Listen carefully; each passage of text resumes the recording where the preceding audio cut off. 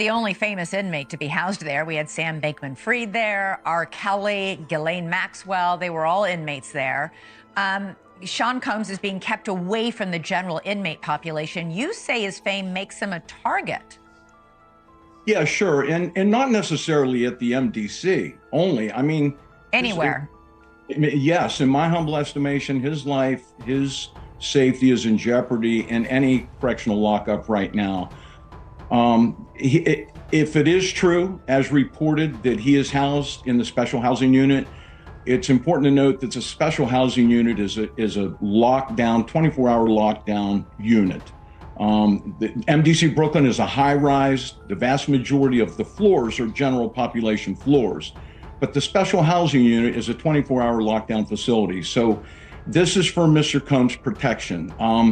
His incredible worldwide celebrity combined with the allegations, the charges now, and indictment, of course, of acts of violence against women make him a very attractive target. All right. So they need to safeguard him. This is a man accustomed to the very finest. He was arrested at the Park Hyatt Hotel in New York City, known for its luxury suites and exceptional food and wine, where one-bedroom suites start at $3,000 a night. He was probably staying in something larger. What is life like for him now at the MDC? I would say 100% total culture shock. The MDC is, I've used the word austere a lot, but it is. It's austere, it's strict, it's impersonal, it's cold, and it is a very tough place to be detained. Diddy is set to spend the next 6 months at the Metropolitan Detention Center, MDC, in Brooklyn, New York, with his trial set for May 5th, 2025. Reports say he is struggling in custody. He has been placed in solitary confinement for his safety, as there are threats against his life. Allegedly, people he previously blackmailed are now targeting him. The charges against him, including child abuse allegations, make his situation more dangerous, as inmates convicted of similar crimes are often at risk. Those facing such accusations can be in serious danger, especially during the early months of their sentence. Diddy is reportedly concerned about his safety. Well, Natasha and Steve, for the first time in his life, Sean Diddy Combs has spent a week behind bars. He's here inside MDC, where he's been since his arrest on Monday night on federal sex trafficking and other charges, to all of which he's pleaded not guilty. There's no VIP section, there is no concierge, only conmen, killers, and kingpins. MDC is so bad, federal judges have questioned the harsh conditions for those here awaiting trial. So bad, I was here 2 years ago during a cold spell, reporting on detainees with no heat, pounding on windows for help. There was even a congressional inquiry. But take the word of a former inmate I spoke with who goes by Esco. It's terrible. The food is terrible. Of course, the inmates are terrible. The guards are terrible. The conditions are terrible. It's just terrible. The inmates that you're surrounded around, just in general, a lot of them are brought up on pretty heavy federal indictments, right? So just in terms of the atmosphere there, it's just certainly one that no one wants to be in. Combs was placed in a special housing unit and on suicide watch, the standard protocol for high-profile celebrity detainees. The disgraced mogul was denied bail by 2 separate judges.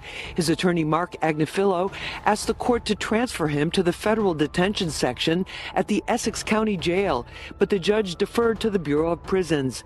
Federal trial attorney Philip Hamilton says lockdown can mean a lot less time to prepare your defense. In terms of fighting their case, it just makes it all the more difficult, because now in terms of you being able to communicate with your attorney, you are at the realms of just what's going on with respect to the facility. Is it on lockdown? Is the facility letting visitors in? Detainees on suicide watch wear tearaway paper hospital-style garments and rubber shower shoes. The isolation may be the worst part for Combs. It's being done for his protection in the violence-prone facility. He will have no bunkie. He's probably not going to have any contact with any other inmates. So for him, it's going to be a little different than for a person like me, where I will go through process and intake, and then they'll assign me a cell, and I'll have a bunkie or a cellmate, and I'll be in population. For him to be able to get out at this point, it just doesn't look good. Details about Diddy's life in prison have surfaced, with sources revealing that he is close to reaching his breaking point. Diddy has struggled to make connections and spends nearly 23 hours a day in solitary confinement. Reports also suggest that he tried to bribe inmates to gain access to their phone privileges. However, after prosecutors found out, he was forced to stop. Allegedly, Diddy had been using these phone calls to contact victims and attempt to influence witnesses. What does Diddy's foreseeable time behind bars look like? He reportedly only gets 1 hour daily of recreation and 3 showers a week. He served breakfast, lunch, and dinner that is delivered to his cell. But instead of extravagant meals he was once accustomed to, he can expect foods like egg noodles, cereal, chili, peas, and if needed, there are reportedly vegetarian options as well. But if those foods don't work, MDC Brooklyn's commissary list has a list of additional foods and snack items, including a 6-pack of Hershey bars for $7.05, peanut butter for a little more than $3, stuffed chicken with rice for $5.75, plus more options. Diddy was once a staple at New York's biggest fashion event of the year, the Met Gala, and a frequenter of fashion weeks across the globe. Now will be forced to wear clothes not from haute couture, but instead a switch up to essentially sweats. For extra clothes, he can purchase a sweatshirt for a little more than $16, New Balance sneakers for about $55, boxer briefs for a little more than $6, plus a bath towel and washcloth set for about $12. And while confined to a cell for 23 hours a day, which is a huge difference from throwing now infamous parties, to pass the time, Diddy can purchase an MP3 player for a little under $90. But according to reports, he has a spending limit of $160, a huge downgrade from the millions he was seemingly spending prior to his arrest. Former inmate Larry Levine, who served time at the Metropolitan Detention Center, claims that Diddy's life is in danger, with several inmates reportedly targeting him. Levine warns that it's only a matter of time before something happens to Diddy. He also mentions that Diddy, who is used to the luxury of 5-star hotels, is now facing a severe psychological toll. Eyewitnesses have noted that Diddy has lost a significant amount of weight and seems to be struggling with depression. So breaking news right now, Larry, I am just getting word. People magazine says it's got a source on the inside that tells them that P. Diddy's on suicide watch tonight. Do your sources confer the same information? Are they saying it was possible? Hey, real quickly, all that commissary stuff, he's not getting any of that because people in the SHU have an abbreviated list. So he's out of luck. No stake for him. Yeah, he is on suicide watch. This guy thought he would have went home. All of a sudden, he didn't get bond. Remember, the first night that he was there, he was like an overnight guest. When they told his bond hearing, now they checked him into the system, and reality has hit him. And I understand that he has a shrink coming by his cell to see him several times a day. And now there's talk about putting him in, it's like a bubble. It's like a cell that has like a plexiglass wall in it where they have inmates watching you. That's actually their job, to keep an eye on the inmates that are on suicide watch. Another error that I guess some warden told you this. There are sentenced inmates there. They're called cadre inmates. They don't have to be white-collar inmates, but they're doing maintenance on the building. And the problem, why there's a lot of violence there, they have housing units. And they're mixing bank robbers, drug dealers, rapists with white-collar people. And this is why Diddy, he can't go into a regular housing unit because somebody will take him out for sure. Somebody's gonna get a lot of street credibility out of this. People that are doing substantial time that know they're never getting out. They'll just kill a guy, no questions asked. You think that they'd suck up to him because he's got a lot of money, and if he ever does get the commissary options, he would be able to help them. Some people do because I gotta wrap it real quick. Okay, some people do think that Diddy can help them, but this guy's going to be locked up forever. His case will probably take at least 3 years to litigate. He'll stay at MDC. There's rumors that he wants to go to Essex County Jail in New Jersey because he doesn't like MDC. He's a Marshals inmate. There's no way they're going to transfer him back and forth, I don't know, several times a week, 6 Marshals to do it. Jersey. He's out of luck. The sensitive information Diddy may hold has made him a target, with some drawing parallels to the situation with Jeffrey Epstein. People close to Diddy have claimed that he lacks the mental and emotional strength to survive in prison, with his recent meltdown as proof. Allegedly, Diddy was heard crying and yelling, begging guards to let him out. Even though he's only been in custody for a few months, it appears he is already nearing his breaking point. According to a report from the Daily Mail, that's why Diddy had a breakdown. A person close to him apparently said, quote, "Spending the holidays behind bars was a nightmare for him." If we're to believe all this, Diddy had a meltdown in his cell and begged the guards to take him to the hospital for observation, but they refused. This same friend or person told the Daily Mail, quote, "He eventually managed to calm himself down with the meditation technique he's been using while he's been behind bars. It took him a few hours of deep breathing and focusing to get out of the bad space he was in, but he finally managed it." This isn't the first time Diddy's mental health has come into question while he's been at MDC. When he first arrived, he was on suicide watch, which the U.S. Department of Justice National Institute of Corrections describes as supervisory precautions taken for suicidal inmates that require frequent observation. Diddy's suicide watch was only temporary, though. He was housed in a special protective unit of the jail after that for the first few weeks of his stay. But Diddy right now is in Gen Pop, meaning general population, the place where majority of the inmates stay. And that's where he apparently had this meltdown. Diddy's lawyers have requested a transfer to a different correctional facility, citing his discomfort with his current conditions, but the judge has denied the request. Diddy's situation seems to be getting worse each day. While the threat of harm from other inmates is a concern, there are also fears that Diddy might harm himself. Gene Deal, who reportedly lived with Diddy for years, has spoken out, saying he knows Diddy well. According to Deal, Diddy has always lived a life of luxury, and it's doubtful he will be able to handle prison life for much longer. That makes sense. But you knowing Diddy personally, do you think it's possible he might take his life? It takes a certain individual to prepare himself to do a lot of years in jail. From the lifestyle that he had, I'm not saying that he can't. I just don't see him able to do time behind bars. Maybe if he be in a camp type situation, that's a possibility. But based on the lifestyle and what he's done and what he's accomplished, if he had to go behind those bars for a lot of years, I think that he may commit suicide. He'd do an Epstein. Why do you think he didn't pull a Russell Simmons and leave the country? They was watching him, bruh. They was watching him. And then I think that he had to turn over his passport.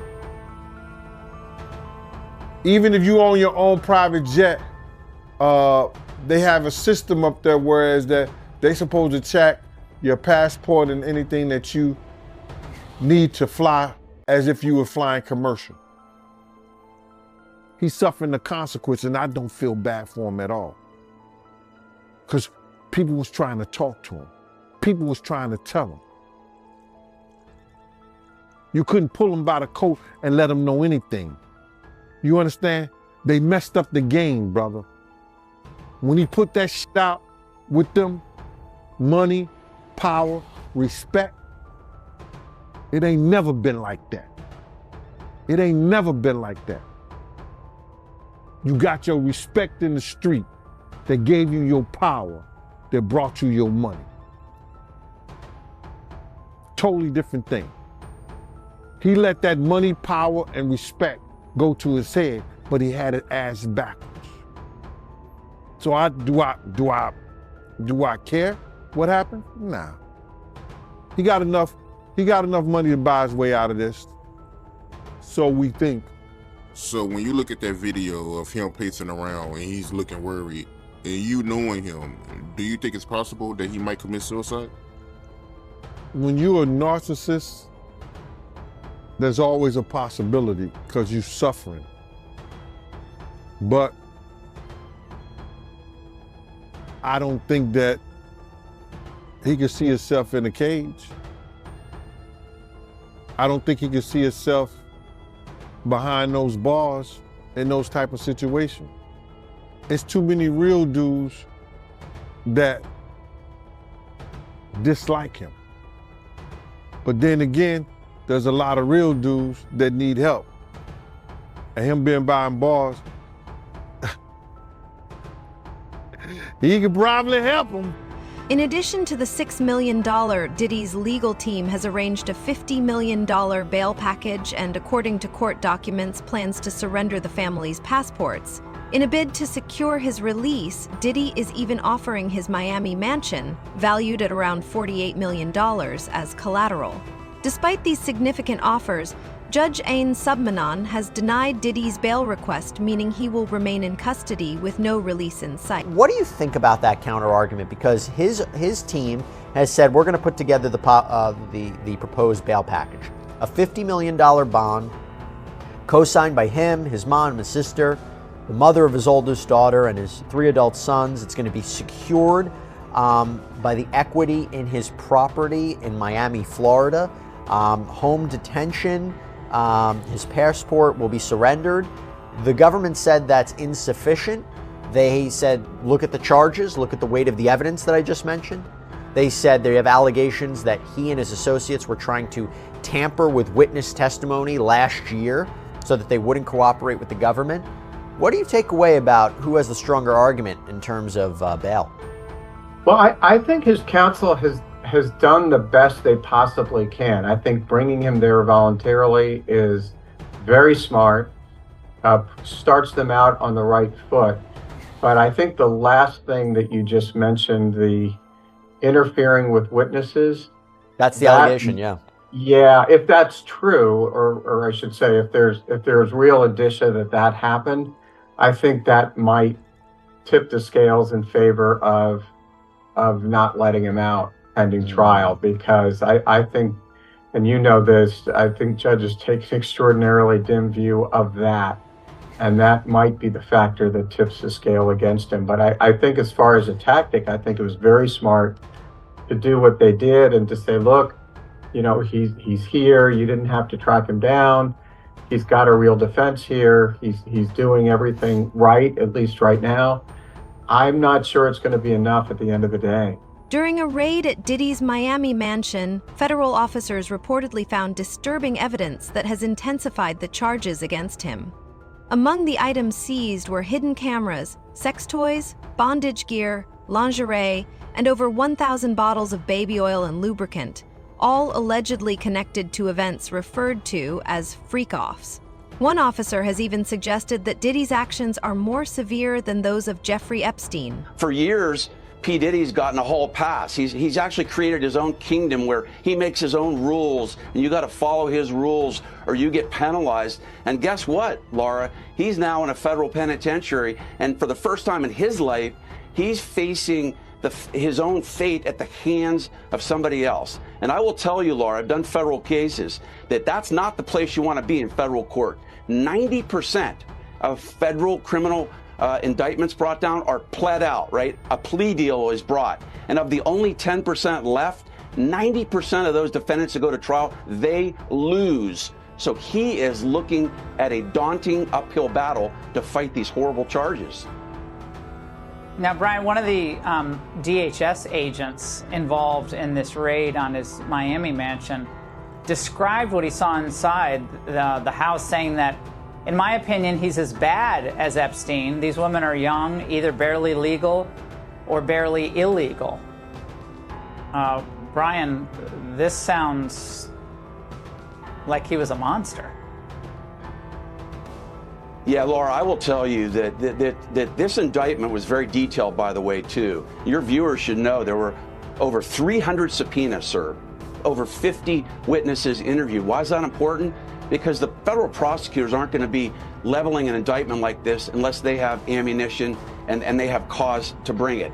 And the core issue at this case, which the feds have to prove, which it's looking like they can, is that P. Diddy essentially controlled these women, that he threatened them, with stopping that money that he was paying them, that he spiked their drinks with drugs. That's been alleged in the indictment.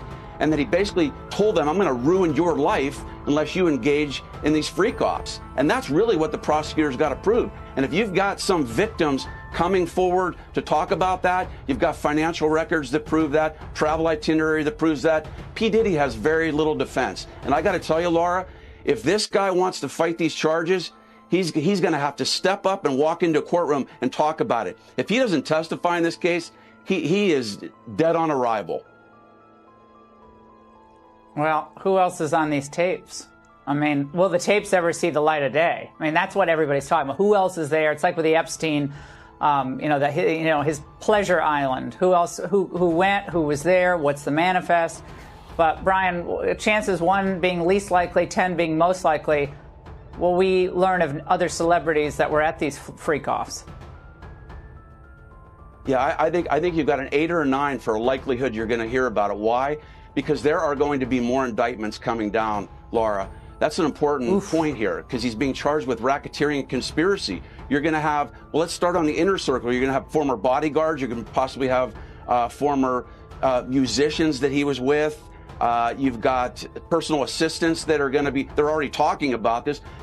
Some of those are likely to be charged. And then guess what? If you've got some music moguls that are sending women over to these alleged freak-offs, then you've got some top people that are going to start crumbling too, because they're all part of what's called this criminal enterprise.